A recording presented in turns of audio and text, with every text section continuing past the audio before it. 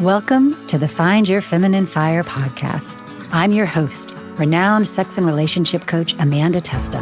And if you are looking to reclaim your sexual desire, take sex from a to-do to something you look forward to, and enjoy deeply connected relationships without adding more to your already full plate, then you are in the right place.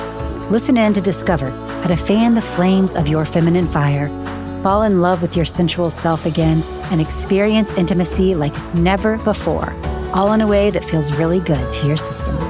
Make yourself comfortable and enjoy the episode.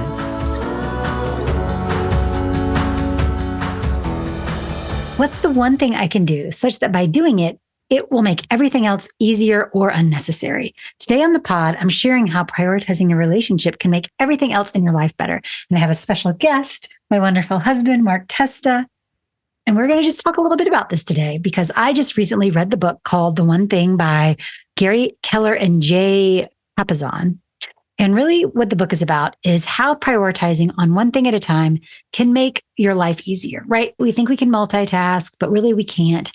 And the book poses this question that you ask yourself about everything that comes up in your life. You can look at this question around your day. You can look at it around many different elements. But when I personally think, what's the one thing I can do such that by doing it, it will make everything else easier or unnecessary? I believe prioritizing a relationship is a really important thing for me because it directly affects every other aspect of your life. I would also add prioritizing that relationship with yourself as well, because in my opinion, the quality of your relationship directly contributes to your personal and professional success. It really touches every area of your life, how you parent, how you show up in your community. Because, let's think about it. I can give you an example. Mark and I, we do a lot of work on ourselves, and thankfully he's in it with me, but still we have our moments, right? And I can remember not too long ago, we had a morning where we had a challenging parenting morning. Everybody was cranky. We got into it. And I just remember after that, we were yelling. It was just not a good morning. And I was off for about 4 hours after that, feeling sad. I was very emotional, and it just affected how I showed up, everything else in my day. I'm wondering, what do you notice about those kind of mornings? Yeah, absolutely. Whether it's one of those kind of mornings, whether it's a conversation we've had, whether it's a work-related thing where I behaved in a way I was not proud of or happy about, whatever the relationship, you can just feel it rippling throughout your entire life. And particularly back to that morning, for 4 or 5 hours, you just feel drained, not very focused, a little ashamed of your behavior, crappy communicator. So yeah, it wasn't good. Yeah. The good news is I think the more you do the work, the easier it is to catch yourself and repair quicker and quicker over time. But when you have a supportive emotional relationship with someone, it really makes a difference in every aspect. So for example, one of the reasons I think that focusing on your relationship is such a key thing is because when you can have that harmonious connection, you're producing more feel-good hormones. And alternatively, when you get into a fight, it can take a few hours for your nervous system to reset when you are really activated. And so that affects everything else as well. I will share just a little quick story because I think when we think about our relationships, oftentimes I work with a lot of high performing women and couples who are very focused on one area of their lives. And oftentimes that can be to a detriment of their relationship, right? Because they're always very focused on work. They're usually very successful. But when it comes to being present in their relationship, that is the challenging part, right? Pulling themselves away from work. They always feel like, I need to be doing this one last email, or I can't hang out at night with my partner because I really got to work on this presentation. Or all these types of things that can keep you from your connection with your partner. And what happens in this area, right, is we can become very fragmented. So we show up as one way when we're working or when we're on, for example, and then we show up another way for our families or for our partner. And there's a disconnect there. And it can be really hard to shift gears from successful working person to partner. And I hear this a lot from couples as well. It's like, especially if you're working from home or, just nowadays it's 24/7, right? You're constantly have your phone, you're constantly needed oftentimes. So I think it comes down to placing really important boundaries on your time with your partner. But first of all, it's like realizing that's important. So the first question I would ask is like, how can you reflect and like, what are the key relationships in your life and why are they important to you? Right? Yeah.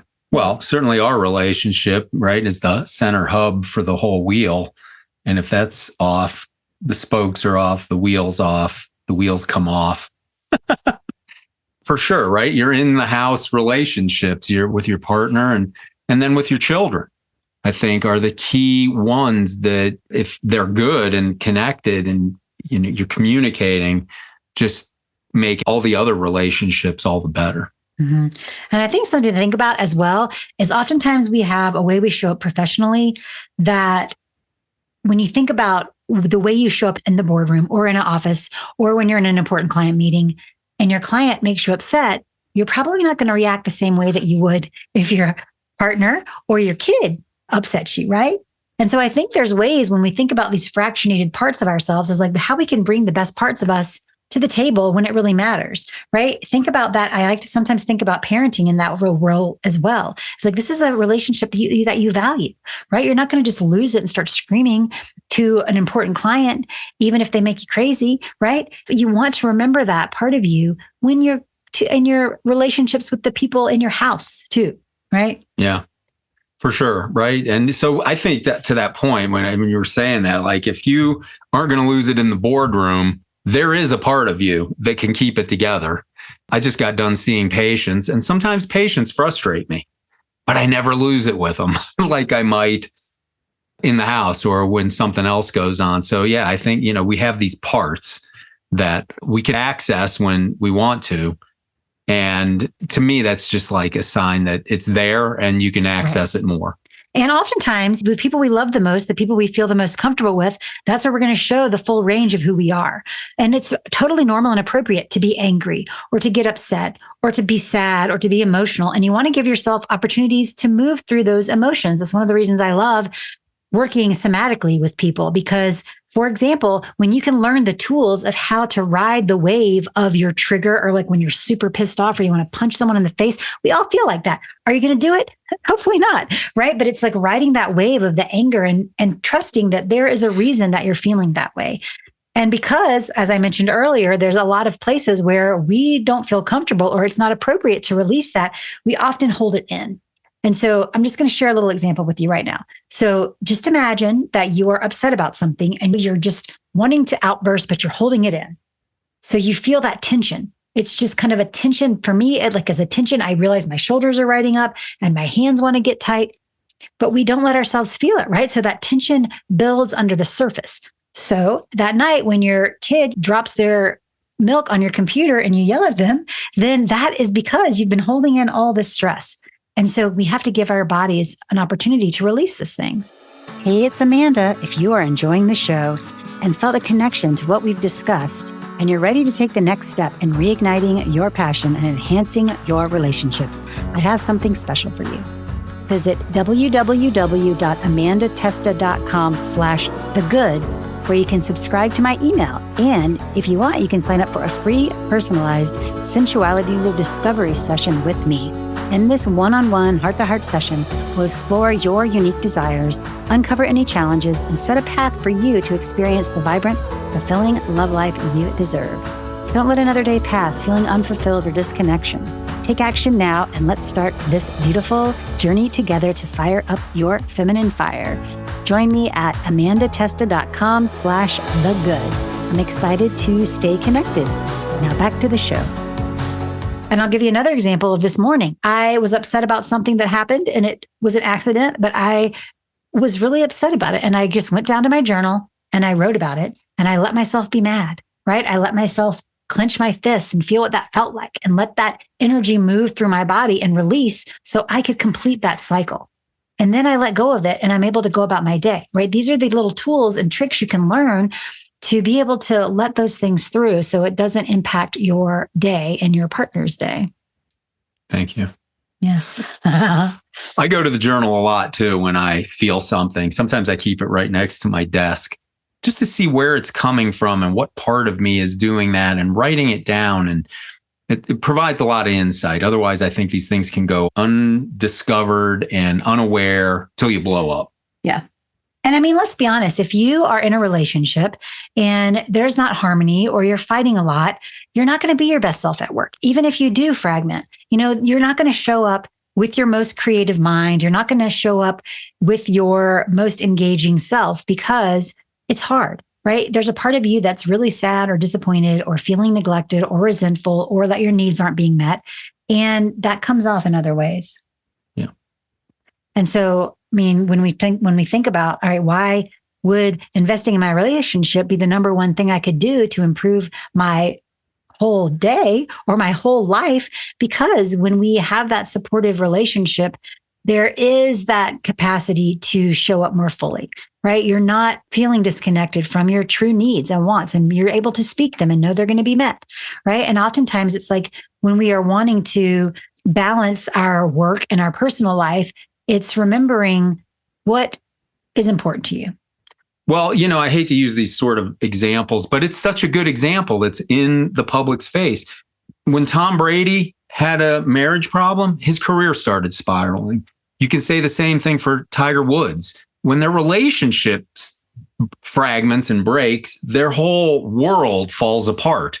And I mean, that's the whole glue, I think, of helping us stay connected and functional and successful as we want to be, whatever that is for you.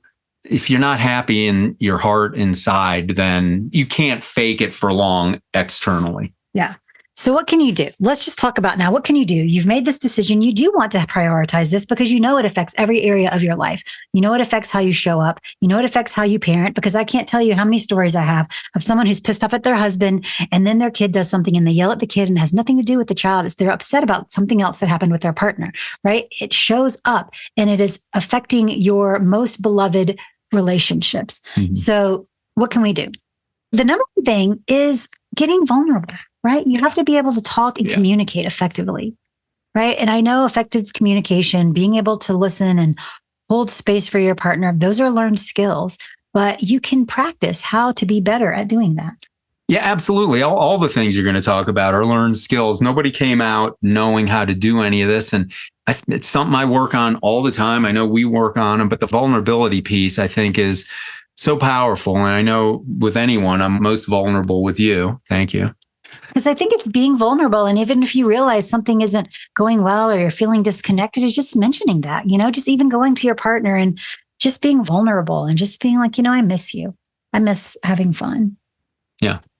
Right. And then I think then the other person can let down their guard, because it's hard to be an ass when your partner is being vulnerable to you. And then your guard goes down and you become vulnerable. And then there's the mirror neurons connecting. And now you are all on the same plane together, talking and communicating. Tell me a little bit more. You just listened to a great talk from an amazing communicator. Can you tell me a little bit about that? Share a little bit about him. Right. I was just at a conference. Charles Duhigg wrote the book Super Communicators. And he said at the beginning of his keynote, hey, just by the way, at the end of this, we're going to do an exercise where you're going to sit across from somebody that you know least, and you're going to tell the last time you cried. And you could tell the audience got super nervous. He did his keynote. There was some Q&As, and he's like, okay, look to your right or left, the person you know least, tell them the last time you cried. And 99% of people in that room let their guard down, and that person across from them let their guard down. And the communication was really amazing how people, number one, talked about the last time they cried. It was more similar than different than their neighbor, in that they had a similar experience and maybe even about some similar topic.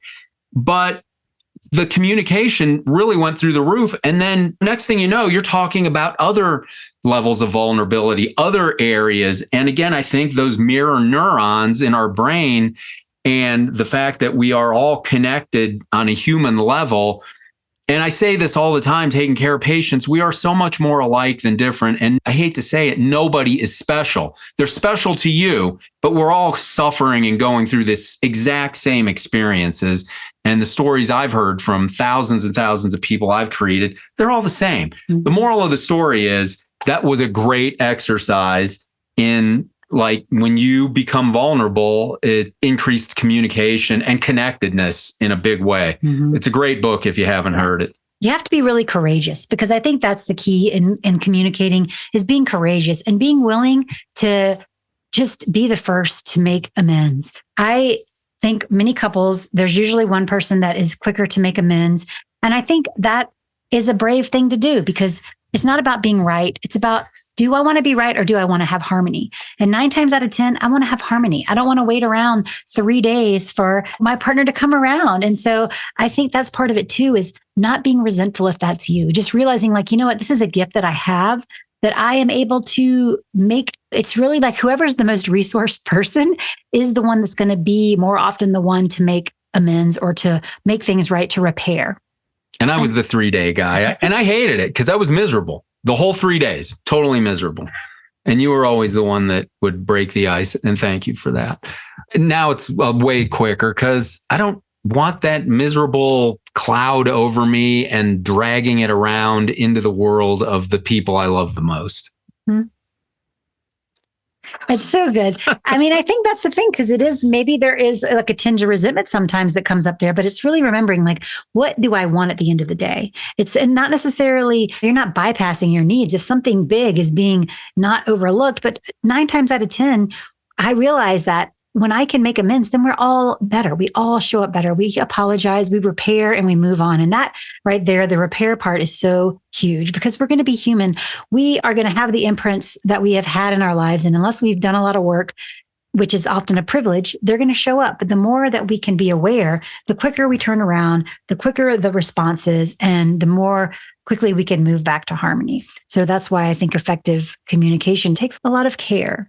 The next thing I just want to point out too is creating boundaries. When we were earlier talking about work-life balance, oftentimes it can be really hard to separate your work from other things that you have going on, right? So you have to make time for what's important to you, right? You have to literally carve it out. Yeah. Because we don't have it. And in this day and age, there's constantly something that needs your attention. And it can be so easy to get on your phone. And I can't even tell you how much research has been done on having your phone in your hand, and even just not even being on it, but how having your phone in your hand can affect how you are present for your partner. So oftentimes, one of the things that I share about with boundaries is like creating times where there's like screen-free times, right? And it's really uncomfortable. Very uncomfortable. It is so hard. But at the end of the day, you find different ways to connect and communicate. Like maybe you're taking a walk, or maybe you play a game with your family. And I think while your kids are young enough to be able to connect with you in that way, it's setting the example for them not to be on their phone all the time. Right.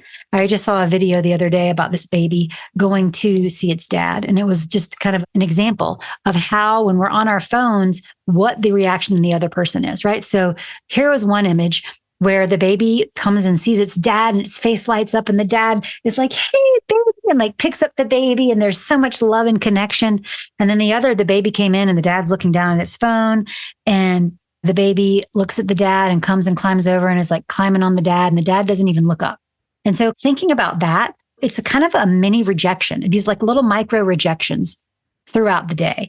And so it's just being aware. Technology is in our life, right? It's going to be here. It's not going anywhere, but we have to really make that boundary where we have intentional time to connect, where we have intentional time away from the screens. And that really does enhance our connection and our relationship and the ability to actually touch the skin of your partner. Another study I read was like, it was amount of touching the computer, or touching a screen, something like 800 times every few hours. The amount of times people go to touch their screen. And I was like, just imagine if you had 800 touches to somebody that you loved, right? And just how much better that just feels as a human. That connection is so deeply wired. That need for connection and attachment and physical touch, right, is a really important thing. Yeah, for sure. Right. We're meant to touch each other and help each other. And you don't get that from a phone or laptop. Yeah. And even just the little ways you can think to connect is like really honoring those bids for connection when they come your way. Like we were just talking this morning, even, usually we're jump out of bed, but the mornings where we can actually even just lean over and like touch each other is so great. Yeah. Starts off really, really great. You just feel that warmth and that love and that connection, which is a gift, right? It's a gift. If you find someone that you love and that you've cultivated a relationship with, it is a gift to be able to enjoy that. And one last thing I'll say before we close is that I love this concept of fun. And I was just listening to Catherine Price talk about fun. She wrote a whole book about how to have fun. And her description of fun, there was 3 things that she put into that description. Number 1 was a sense of playfulness, right? Being able, sensing that creativity, that playfulness. Number 2, connectedness. Like it's a shared experience oftentimes. And number 3 was flow, being in that sense of flow where, where you're doing something you love and time flies and you feel like no time has passed. And one of the things that I took from that was that to me is a lot like sex. When you have good sex, when you have an amazing connection with someone, that's exactly what it's like. And I think that is such a key thing. And I want that for every person because it is incredible. It is so nourishing. It feels amazing. And it's something that it just fills my body, my soul, my whole being with love and connection and playfulness and fun. And I love it. And that's one of the reasons I do this work is because I feel like relationships are so important and that, and not just the relationship you have with your partner, but the one with yourself, the one with your sexuality, so that when you do come together, you can have this fun, right? This is how adults play, I believe. Yeah. Right. It's adult play. And so it's how we can have more fun. And how do we have more fun? By connecting more. So I would encourage you to really think about that. Like, what's the one thing I could do to make everything easier or unnecessary in my relationship? What might that be for you today? And I'd love to hear from you. Let me know. Send me a direct message on Instagram at @Testa. Let me know. What is that for you? What is the one thing that you do to really nourish your relationship? Any last words? Yeah, last words. Start a vulnerable conversation, right? With your partner, whatever the question. And maybe it is, when was the last time you cried?